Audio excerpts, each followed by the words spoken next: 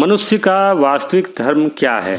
आज दुनिया में लगभग 4000 धर्म मौजूद हैं। सबके पास आसमानी किताबें हैं और सबके पास इन धर्मों की प्रासंगिकता साबित करने के जायज नाजायज कारण भी मौजूद हैं। हमारे देश में मुल्ला, पादरी और पंडों के द्वारा संचालित होने वाले धर्मों की भूल भुलैया में बहुसंख्यक आबादी फंसी हुई है, जिसकी मानसिकता में यही बिठाया गया है कि वो अपनी कुंठाओं को शांत करने के लिए जो भी अंधश्रद्धा उसे उचित लगे करे, यही उसका धर्म है। धर्म का ये स्वरूप खतरनाक है, क्योंकि इसके द्वारा केवल मानसिक गुलामों की फौज खड़ी की जाती है, जिसके पास अपनी कोई राय नहीं होती, अपना कोई इतिहास नहीं होता। उनके पास धर्म के रूप में जो कुछ भी होता है वो धार्मिक गिरोहों द्वारा तैयार किया गया वर्षों पुराना प्रोपेगेंडा होता है। सभी धर्मों के पास कर्मकांडों और अंधविश्वासों की लंबी सूची होती है। इन कर्मकांडों के नाम पर पाखंडों का सदियों पुराना धंधा लगातार चलता रहता है। लोग पीढ़ी दर पीढ़ी इन खोखली मान्यताओं का बोझ ढोते चले जाते हैं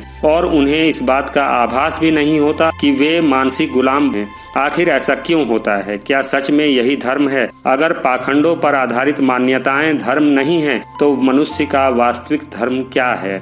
आज धर्म एक ऐसा शब्द बन गया है जिसे अपनी अपनी सुविधा अनुसार सभी इस्तेमाल करते हैं, चाहे वो आम आदमी हो या खास व्यवसायी हो या नेता। सभी धर्म की महिमा गाते हैं और ये सभी लोग मिलकर जिसे धर्म कहते हैं वो ईश्वर पर आधारित सदियों पुराने विचारों का विशाल आडंबर होता है, जिसमें रत्ती भर भी बदलाव की गुंजाइश नहीं होती, क्योंकि इन तमाम बनावटी धर्मों के नियम ईश्वरकृत होते हैं, जिसे बदलना मनुष्य के बस में नहीं होता।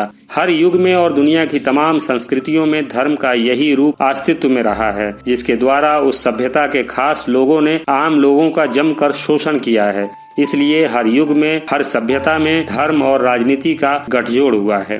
धर्म राजनीति को मजबूती देता है तो राजनीति धर्म के उस पाखंडवादी स्वरूप को बनाए रखता है जिससे बहुसंख्यक आबादी को नियंत्रित किया जा सके। इस तरह सदियों से धर्म और राजनीति का चोली दामन का साथ रहा है। दोनों के इस भयंकर गठजोड़ में सबसे खतरनाक स्थिति वो होती है जब धर्म राजनीति पर हावी हो जाता है। परिणाम स्वरूप धर्म का एक ऐसा डरावना और विभत्स चेहरा दिखाई देने लगता है जिसमें सिर्फ शोर होता है, रक्तपात होता है, जिसका नतीजा ये होता है कि भय, शोषण, लूट और पाखंडों का सिलसिला ही धर्म बन जाता है।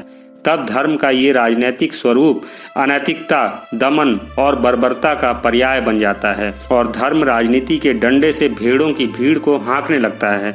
भेड़ों के ऐसे समाज में सृजन की गुंजाइश खत्म हो जाती है और वो सिर्फ दुर्भाग्य का पर्याय बनकर रह जाता है। धर्म का यही स्वरूप आतंकवाद, जातिवाद, दंगे, अराजकता पैदा करता है और धर्म रक्षा जिहाद के नाम पर कत्लेआम की प्रेरणा देते हुए इंसान को हैवान बना देता है। धर्म के नाम पर इंसान इंसान से घृणा करने लगता है। इंसान के जान की कोई कीमत नहीं रहती। पूरा समाज कठपुतली बना दिया जाता है।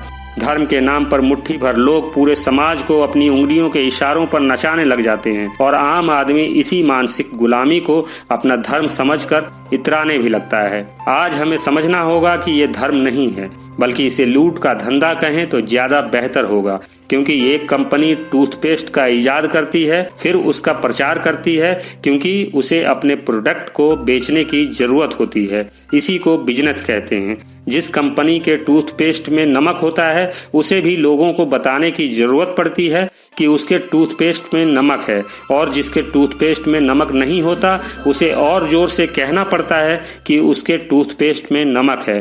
कहने का तात्पर्य ये है कि अगर धर्म को प्रचार की जरूरत पड़ती है तब वो धर्म नहीं, धंधा है। अगर धर्म को हथियार की जरूरत पड़ती है तो वो धर्म नहीं, डकैती है। अगर धर्म को झूठ की बैसाखी चाहिए तो वो धर्म नहीं, पाखंड है। अगर धर्म को सत्ता के सहारे की दरकार है तो वो धर्म नहीं, राजनीति है। पूरी मानव जाति का धर्म ईश्वर केंद्रित नहीं हो सकता। जैसे पूरी दुनिया के लिए सूरज एक है, चांद एक है, वैसे ही धर्म भी एक ही होना चाहिए। धर्म अगर सार्वभौमिक नहीं है तो वो धर्म नहीं हो सकता। यही कारण है कि आज ईश्वर पर आधारित सारे धर्म और उनकी तमाम फिलॉसफी फेल हो चुके हैं, गिरोह बन चुके हैं, जिनमें सुधार की आखिरी गुंजाइश भी खत्म हो चुकी है। मानव का वास्तविक धर्म एक ही है, वो है मानवता। इंसान का ये वास्तविक धर्म उसकी मानवीय संवेदनाओं से अलग नहीं हो सकता।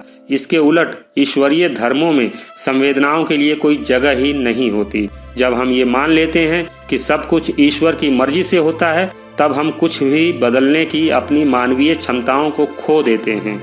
जब हम ये मान लेते हैं कि सब ईश्वर की लीला है, तो हम सामाजिक विषमताओं को स्थायी बने रहने देते हैं। इसलिए जहाँ जितनी ज्यादा धार्मिकता होती है, वहाँ उतनी ही ज्यादा अराजकता दिखाई देती है। समता, बंधुता, न्याय और करुणा, यही मानवीय गुण हमें दूसरे जीवों से अलग कर इंसान बनाते हैं और यही मनुष्य का वास्तविक धर्म होना चाहिए। लेकिन ईश्वरीय धर्मों की वजह से हमारे ये मानवीय गुण हमसे छीन लिए जाते हैं और उसके बदले हमें तरह तरह के पाखंडों का झुंझुना पकड़ा दिया जाता है, जिसे हम धर्म समझ लेते हैं। पाखंडवाद और अंधविश्वास के इस मकड़जाल में फंसकर हम इंसान होकर भी इंसान नहीं रह पाते और भेड़ बन जाते हैं या बना दिए जाते हैं। फिर भेड़ों के इन अलग अलग झुंडों को अलग अलग धार्मिक गिरोह अपने अपने तरीके से लूटते हैं और भेड़ों की ये भीड़ धार्मिक गिरोहों के बनाए बाड़ों से ना निकल पाए, इसके लिए तमाम गिरोह अपनी अपनी पालतू भेड़ों को उनकी इस मानसिक गुलामी पर उन्हें गर्व करना सिखाते हैं। दुनिया के तमाम देशों ने गुलामी झेली है, गरीबी झेली है। इतिहास में कई राष्ट्रों ने छोटे देशों को लूटा, वहां भयंकर अत्याचार किए, लेकिन आज वे सब घृणा और भेदभाव की मानसिकता से ऊपर उठकर मानवता की ओर अग्रसर हैं और तरक्की का नया अध्याय लिख रहे हैं, क्योंकि उन्होंने अपने काले इतिहास को भुला दिया। वे जानते हैं कि आने वाला वक्त चुनौतियों से भरा है, जहां विज्ञान ही सर्वोपरि होगा। वे ये भी जानते हैं कि कल नहीं तो परसों ईश्वरीय धर्मों की प्रासंगिकताएं समाप्त हो जाएंगी और मानवता के लिए ये सब कूड़ा बन जाएंगे, क्योंकि अब तक मानव जीवन को बेहतर बनाने में तमाम ईश्वरीय धर्मों का योगदान शून्य रहा है। इसके उलट हर युग में इन ईश्वरीय धर्मों की वजह से दुनिया ने बहुत कुछ बुरा ही झेला है। मनुष्य का वास्तविक धर्म समता, न्याय, करुणा, प्रेम, सहयोग और बंधुता पर आधारित होता है। ये वास्तविक धर्म ही हमें इंसान बनाता है, हमें जीने का मोल सिखाता है, इंसान को इंसान से जोड़ता है और परस्पर सहयोग की मानसिकता प्रदान करता है। जागरूकता युक्त विचारों के साथ करुणामय वातावरण तैयार करता है, जिससे समाज उत्कृष्टता की ओर आगे बढ़ता है। सत्य, प्रेम और परिवर्तन पर आधारित ये वास्तविक धर्म प्रत्येक मनुष्य के साथ जीवों के प्रत्येक अणु को सृष्टि की उत्कृष्ट रचना समझता है और संसार के सभी इंसानों के बीच खून का रिश्ता होने की पुष्टि करता है। इसलिए ये वास्तविक धर्म ही समता, न्याय और करुणा का सबसे बड़ा हितैषी हो सकता है। केवल इसी वास्तविक धर्म में ही मानव जाति का कल्याण संभव है और मानवता पर आधारित इसी वास्तविक धर्म से ही संपूर्ण मानव हितों की रक्षा हो सकती है। इसलिए वैज्ञानिक चेतना पर आधारित ये वास्तविक धर्म तरक्की के मार्ग पर निरंतर आगे बढ़ता चला जाता है। इस वास्तविक धर्म को नाम देना हो तो हम इसे मानव धर्म, मानवता का धर्म या इंसानियत का धर्म कह सकते हैं। मानवता का ये धर्म मानवीय संवेदनाओं पर आधारित होता है और जिस समाज में मानवीय संवेदनाओं का भरपूर दर्शन मौजूद होता है, वहाँ सिर्फ और सिर्फ सुख होता है।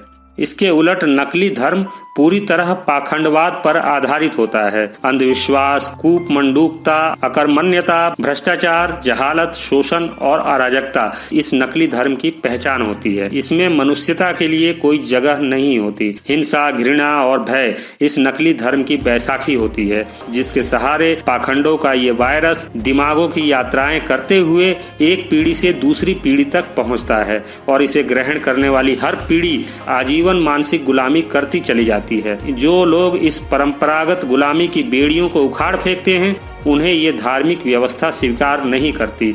ऐसा धर्म जहाँ भी होता है सिर्फ विनाश करता है, क्योंकि मानवीय विकास से इस नकली धर्म को खतरा होता है। इसलिए ये नकली धर्म सिर्फ और सिर्फ सर्वनाश ही करता है। इंसान को जाति और संप्रदाय के नाम पर यह नकली धर्म खंड खंड में बांट देता है, मनुष्य से उसकी संवेदनाओं को छीन लेता है और उसे हैवान बना देता है। यही इस नकली धर्म की वास्तविकता है। धर्म का यही कृत्रिम रूप तमाम सामाजिक विषमताओं के लिए जिम्मेदार है। इसलिए मानवता पर आधारित एक उत्कृष्ट सामाजिक व्यवस्था के लिए आज प्रचलित तमाम ईश्वरीय धर्मों का त्याग जरूरी है।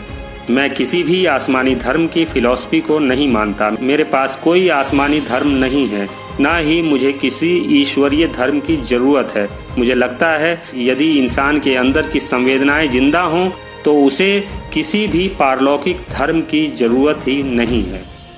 आपको हमारा यह वीडियो कैसा लगा कमेंट बॉक्स में जरूर बताएं और हमारे इस चैनल को सब्सक्राइब जरूर करें। सदियों से फैलाए गए अंधविश्वास और कुरीतियों के विरुद्ध वैज्ञानिक चिंतन के साथ खड़ा यह चैनल दुनिया को समझने का आपका नजरिया बदल देगा। धन्यवाद।